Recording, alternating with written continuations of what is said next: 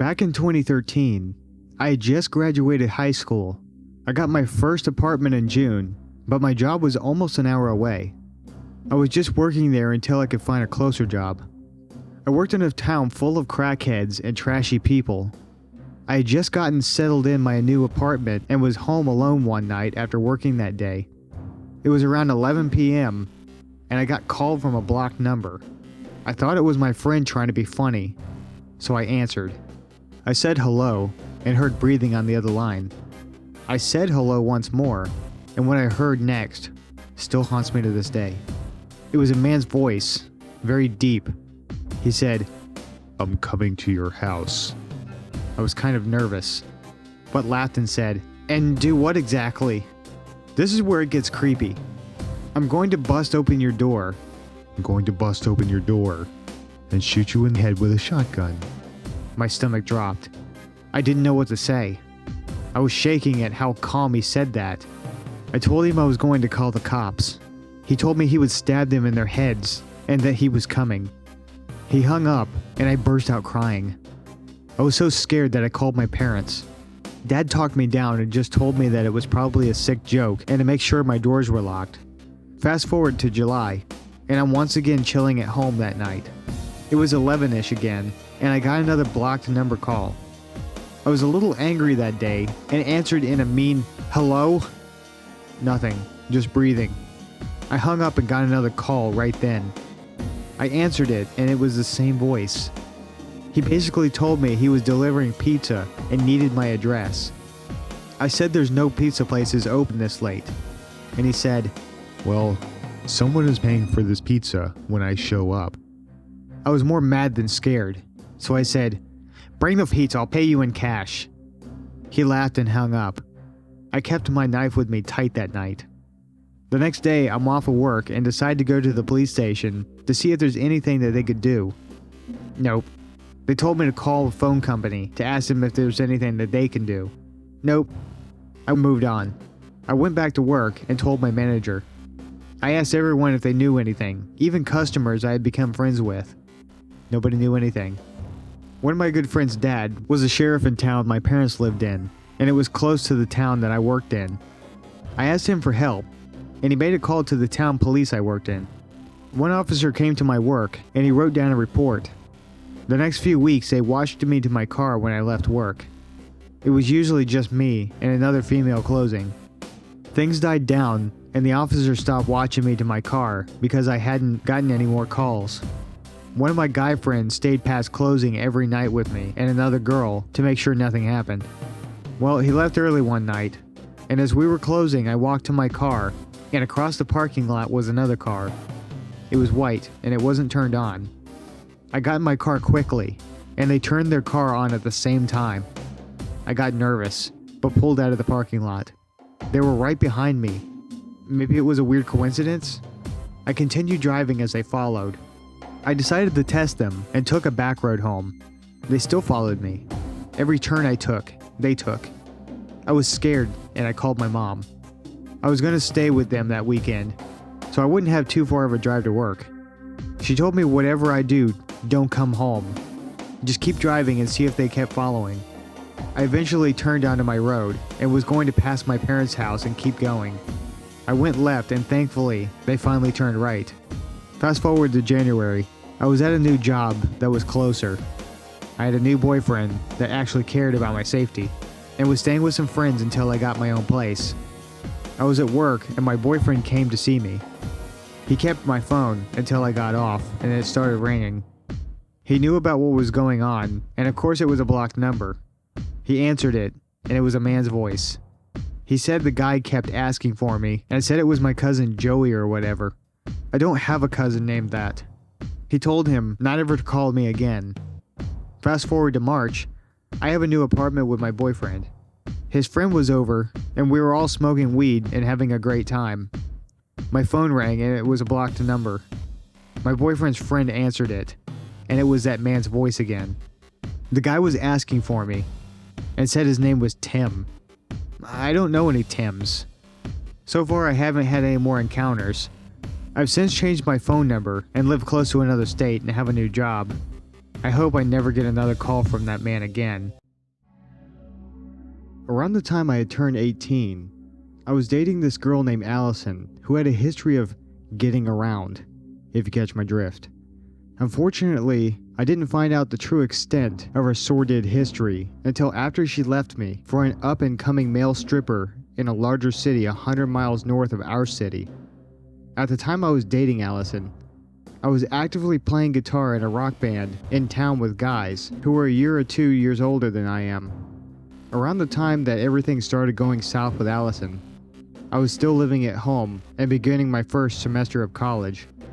Typical weekends involved our band playing at one of the various outdoor venues before Friday night football in town. Afterwards, Allison, my band members, and their significant others would typically go into IHOP or Denny's after the football game and plan for our next show. This particular weekend in question, tension between Alice and I was particularly strong, as I learned that she previously dated a guy I knew from high school named Roland that was clearly mentally unstable. And one of the most amusing ways I could possibly find out about one of Allison's many ex-boyfriends, I made the mistake of talking to Allison's 88-year-old grandmother, who was in the mid-stages of senility. While Allison's grandmother never cared for me, she made it very clear on this occasion that she hated my family because you're all a bunch of spineless French blood-sucking lawyers who are trying to kill our town, and that Roland was strong, fertile German boy who was perfect for Allison. Yes, those are the exact words she spoke. Allison's grandmother, who let it be known that Roland was frequently calling Allison and leaving flowers at her house at least once a week.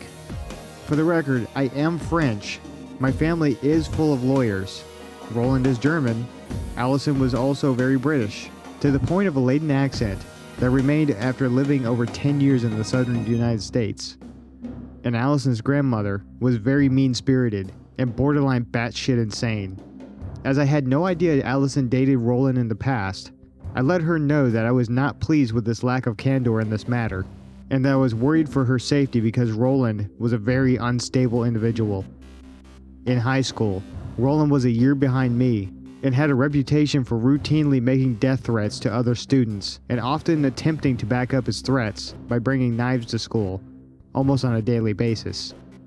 Likely the only reason that one of my friends managed to escape Roland's unsatiable wrath was the fact that we had metal detectors at every entrance to school, and Roland never seemed to realize that the detectors, while old and slightly outdated, still managed to consistently alert on knives.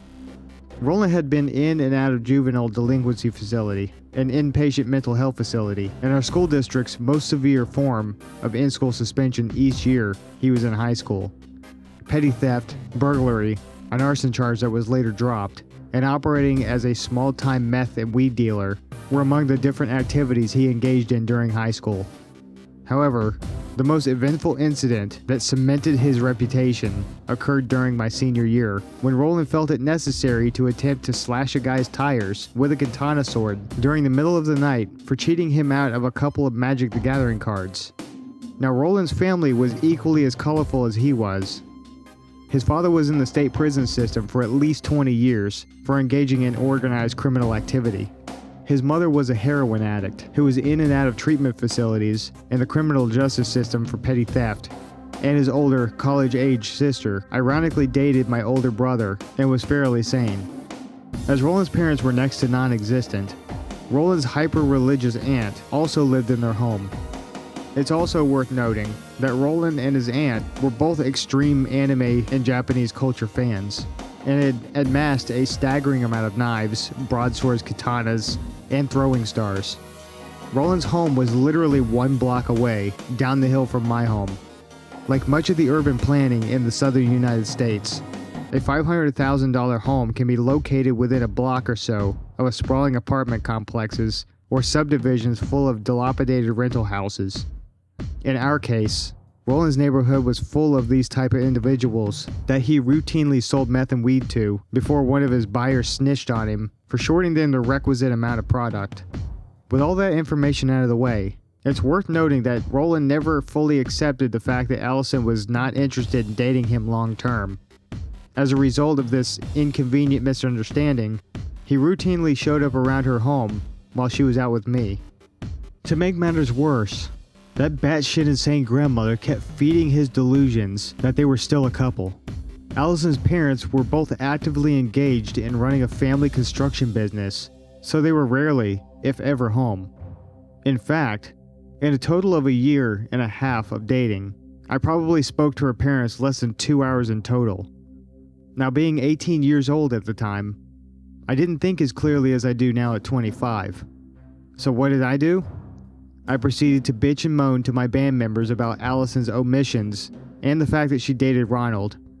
My bass player, a music major 2 years older than I am, never let it be known that he was hiding a substance abuse problem and routinely bought weed from Roland or his aunt. So within 2 days of complaining to my band, I began receiving text messages from Roland saying that he had a God-ordained claim to Allison, and if I didn't back off, he was divinely authorized to kill me. Once again, being 18, I didn't react as appropriately as I should have. Numerous obscenity-laden text messages were exchanged, numerous hate-filled glances were exchanged, and numerous birds were flipped as we passed each other's respective homes. A little over a week after this Cold War began, I told Allison that my parents had enough of Ronald's harassment and were going to let the cops know about the death threats. I knew I should have saw it coming, but of course, Allison told Ronald. However, I began to have this gut feeling that Ronald was casing my house. I began waking up numerous times at night, checking all the locks in the house, looking out my window, and trying to fall back asleep. 2 or 3 times that week, I saw the shadow of a person standing in our driveway. Pride kept me from honestly believing that Ronald was casing my house or stalking me. Later that week, my dad had let me know that Ronald had come by his office after school numerous times that week, asking odd questions about me and my work schedule there. I routinely worked for my dad, but took time off that week to study for my midterms. My dad said he was vague in his answers and had to escort him out of the office because Ronald decided that he would sit in my dad's waiting room 2 days in a row until I showed up for work. That Friday, my 15-year-old sister, Caroline, reported that Ronald had approached her and her friends after school. From what Caroline's told my parents, Ronald tried to hit on Caroline in some sick attempt to try to get her to tell him exactly where I was at the exact moment because he had a message to deliver. Needless to say, my parents began the process of seeking a restraining order against Ronald for both me and my sister. However, since it was Friday, nothing would get done with the courts until Monday at the earliest. That evening, my band played at another outdoor venue before a football game. Ronald was in the crowd, blankly staring at me for what felt like an entire time we were playing. As soon as we were done with our set, I found Allison and made a beeline for my car. As I started my car, I looked to my left, and I saw Ronald in the passenger seat of a white car parked next to me, once again blankly staring at me. I quickly got out of the parking lot, only to look behind me and see the white car that Ronald was following me in.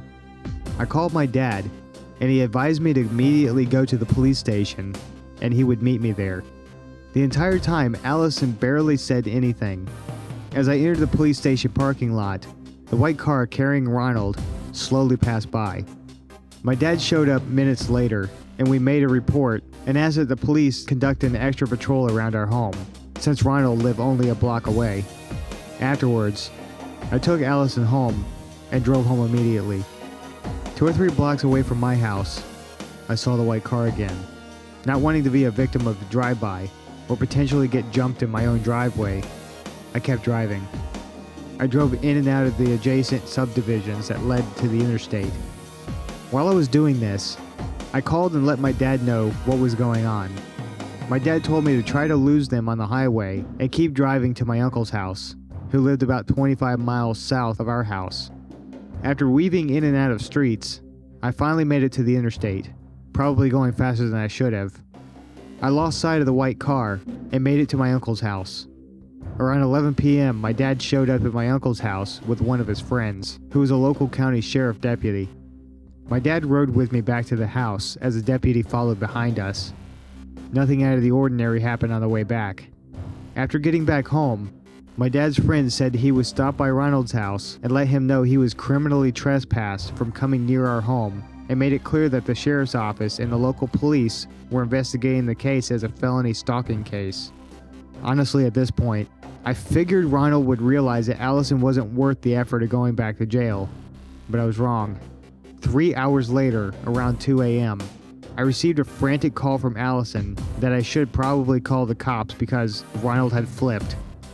Not seconds after hanging up the phone, my bass player texted me that I should get myself, my sister, and my parents out of the house because that crazy sumbitch is coming for blood. At this point, I was fed up with the entire situation, but I couldn't deny that I was scared shitless of Ronald because of his behavior the past week. I woke up my dad and told him that Ronald was likely coming to pay us a visit. My dad, a rather irritable tax attorney and former Marine sharpshooter who served in the First Gulf War, got up, got dressed, went to his gun cabinet, and proceeded to pull out 2 pistols and one of his sentimental AR-15s. Within 10 minutes of the barrage of calls and text messages from everyone telling me to run for the border, my dad and I were staring out our second-story window with a night vision binocular, looking for Ronald. Ronald finally showed himself after about another 10 minutes. From looking through the binocular, my dad could clearly see Ronald standing in the middle of the street, carrying a rather large sword. Meanwhile, my sister Caroline was in hysterics, while my mother waited on my dad's word to call the police if Ronald tried to vandalize or break into the house or anything. As my dad said, Ronald technically wasn't violating the criminal trespass warning since he was just standing in the middle of the street. However, seeing my sister in this type of distress made something in me snap. I recall calmly telling my dad that I was going downstairs to try to talk him down. A stupid idea. My dad reluctantly agreed and followed closely behind me as I went for our front door, opened the door, and took one tiny step out on our porch. Behind me, my dad kept saying that if he drew his sword or did anything remotely antagonistic, I was to shut the door immediately. At first, I tried to politely engage Ronald and let him know that Allison was no longer dating him and he was misinformed by her grandmother. I realized that Ronald was under the influence of drugs or in the middle of a psychotic episode. After I would speak, he would just blankly stare at me wide-eyed and say, "The Lord God commands that I take what is mine." I didn't realize it at the time, but my mother had already called the police. I tried a few more times to let him know that he was not welcome on our property, and we'd be forced to call the police if he took a step on our lawn. I told him that I did not want to fight him, and that it would be best if we just dropped everything. Again, more of the "God has commanded me to end you" script. Finally, I could tell something shifted in Ronald. His eyes and face tightened, as if he was concentrating intently on something. At this point, he started walking in a semi-brisk pace towards our door. Realizing that I would likely get hacked up, I hauled ass back in the house and shut the door and bolted all 3 of our locks.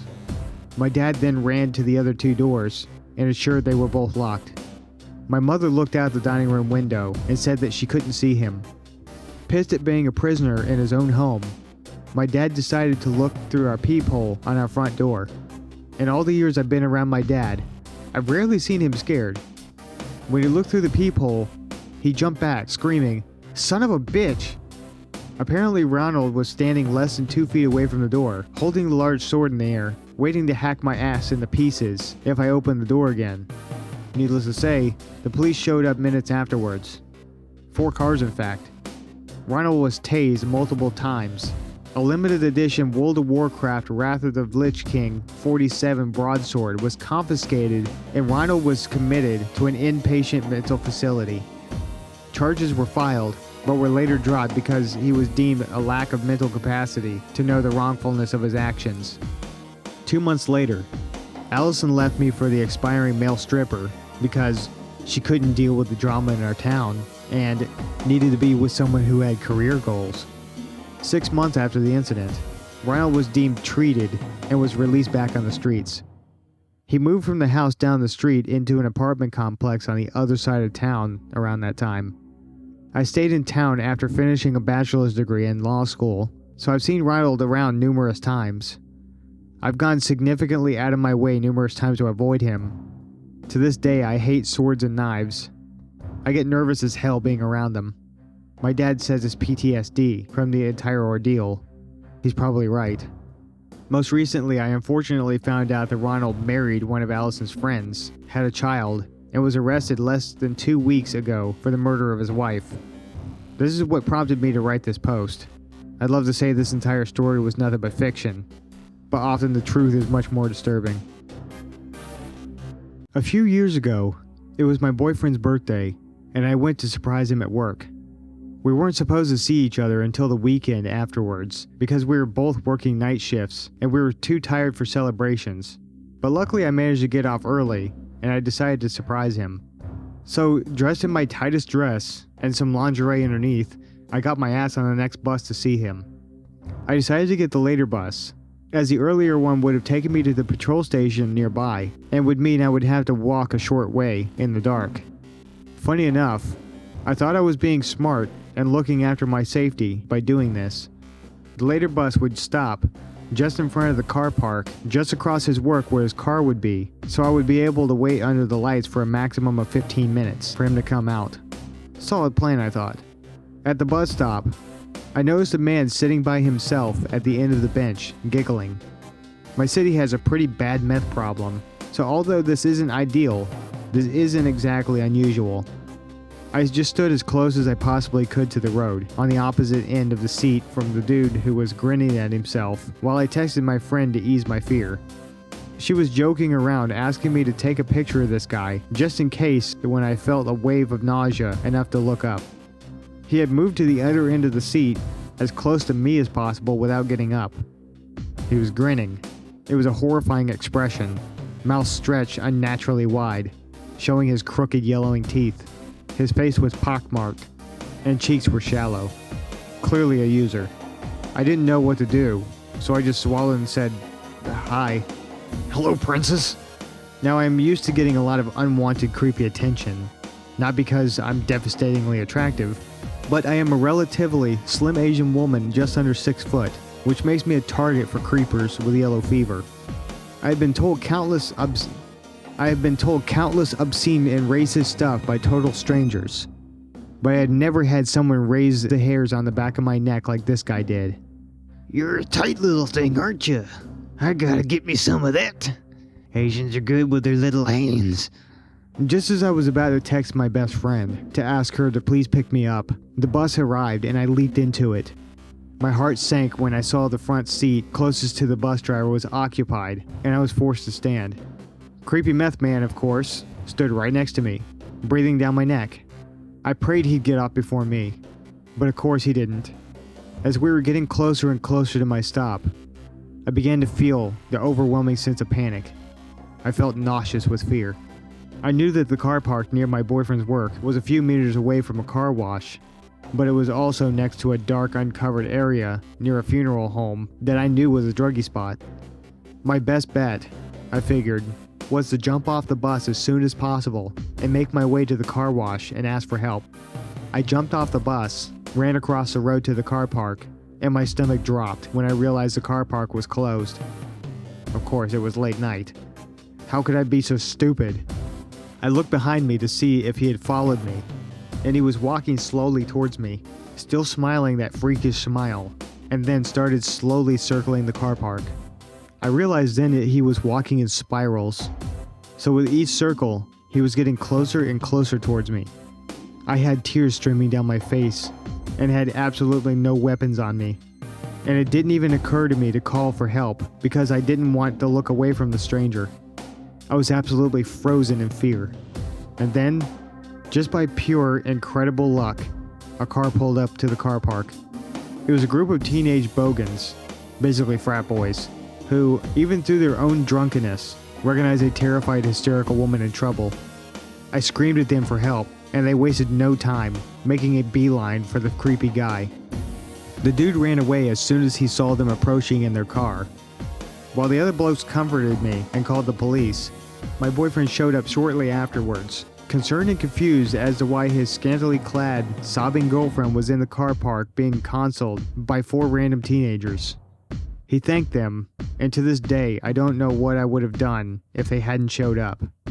So, creepy guy who was most likely high and tripping balls, let's not meet again. We were invited to participate in a sadistic ritual by a wanted, mentally insane child abductor. It's a little hard for me to remember the details of this story now that I'm in my 20s, but I figure I should try to write it down before I forget it completely. This happened to me and my boyfriend at the time when we were 15. I grew up in a small town in Canada where there wasn't much to do. At the time, I was dating this guy who lived in the middle of town, and after school, we would always just walk around and try to find things to do. On this particular afternoon, we were walking a short distance from his house to Walmart to get Xbox Live points. I was quite the gamer back in the day. We're in this sketchy part of the neighborhood, almost at the Walmart, and see this man in his white van, always a good sign, parked beside the sidewalk and an old couch on the side of the road. Presumably, someone had left it out for anyone to take for free. We were on the same side of the road as this guy who creepily stared at us as we were approaching him to walk past. This guy was probably in his late 50s, average height, fairly scrawny, and wearing a stained wife beater and thick, ripped snow pants. Keep in mind, this was mid-July, and I, being in high school, was wearing short shorts and a fairly low-cut tank top. I've dealt with anxiety all my life, specifically regarding weirdos like this guy, and I was praying that this man was not going to talk to us. Sure enough, as we get even closer, he steps out in front of us. His expression almost immediately turned from extremely creepy to overjoyed when he said, "Hey, would you two mind helping me hoist this couch onto my van roof?" Now, obviously, I just wanted to continue walking past this random guy without saying a word, but my ex-boyfriend, being the guy that he is, agreed to help, despite me clearly hinting that I just wanted to keep moving. At first, this guy seemed okay. However, our encounter dragged on far longer than expected, and things started to get really creepy. I remember him asking me if I wanted a soda or some popcorn and that he could just run inside the house and get some, which was odd considering he was parked in front of a complete stranger's house. He also asked me to get some tools out of the back of his van, which I obviously never did. Anyway, this whole process of lifting the couch just seemed to drag on. This guy clearly had mental health issues and was very sporadic, jumpy, and was going on about the most random stuff. At one point, he even gave us his email and asked us for our phone numbers and contact information. About an hour and a half later, we were almost finished, and this guy just starts talking about this weird ritual that he and his friends have every year. Awesome.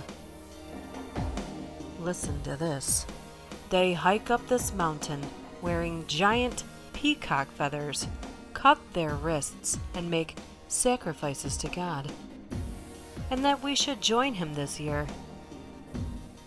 Writing about this now makes the hairs on the back of my neck stand up. At this point, we're like, fuck this. We were finally about to leave when he pulls out a camera and asks to take our picture. He said that he wanted to keep a memory of us forever because we had been so helpful. Stupidly, we were too shy to say no, and I didn't want to anger this volatile weirdo. Keep in mind, I'm a 15-year-old girl wearing a push-up bra and a low-cut tank top. Eventually, we left, feeling totally freaked out and bewildered by this dude, and ended up calling the police later that day, who interviewed us. Apparently, there were multiple incident reports involving this man in Toronto for similar situations, and he was actually wanted by police for abducting a young girl my age. When they showed up to his property, they found it completely abandoned. This guy had been selling old furniture for money and living in his van.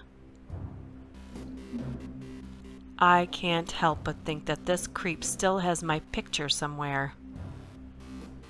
I still have this guy's name burned into my memory in case something ever happens to me. So, mentally insane, sadistic homeless man from my hometown, let's not meet. Ever.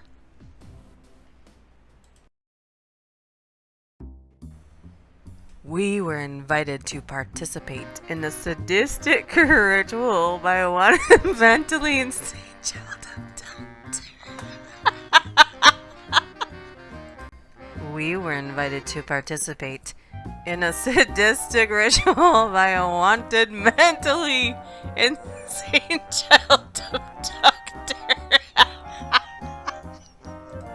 We were invited to participate in a sadistic ritual by a wanted mentally insane child abductor. We were invited to participate in a sadistic ritual by a wanted mentally insane child abductor. We were invited to participate in a sadistic ritual by a wanted mentally insane abductor. Hey, would you two mind helping me hoist this couch onto my van roof? Yeah, I'll be right over.